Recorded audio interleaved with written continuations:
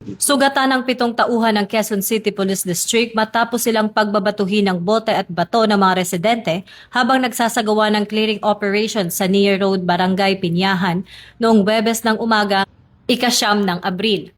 Ang kaguluhan ay sumiklab ng simula ng demolition team ang paggiba sa mga natirang istruktura ng mga nasunog na bahay upang bigyang daan ang itatayong 7 vertical housing units sa lugar. Sa kabila ng marahas na pagbabatikos ng ilang residente,